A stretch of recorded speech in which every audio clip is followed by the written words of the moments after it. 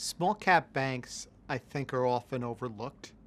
The world thinks about the big banks they know, the Citibank, the JP Morgan Chase, or the investment banks, the Goldman Sachs of the world.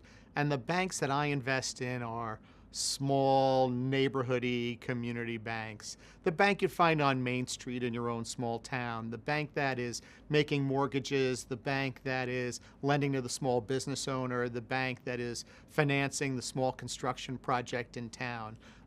Those banks are very different from the major money center banks. They don't have investment banking. They don't have capital markets activity.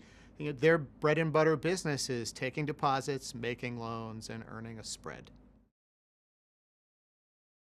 The small community banks run a more conservative business as long as they know how to lend and do their credit work.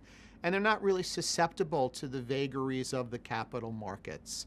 So, in today's world where the economy is good, credit has been very, very good. So, banks are making loans and they're getting paid back. And that's really, really good.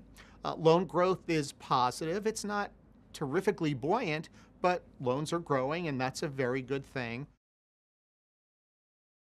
Here's why I think investing in small cap banks is interesting now. The yield curve is kind of flat, almost inverting.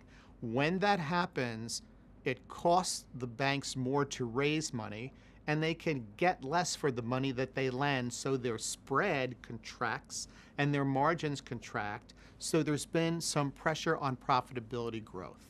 Loans are still growing, so that's good. Credit quality is phenomenal, and there's no reason why that should change anytime soon. So that's really good. Once the marketplace comes to believe that the economy is not in a recession and is growing again, the yield curve should steepen.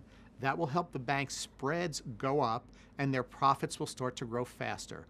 When that happens, the valuations should go up, and that's why community banking is interesting today.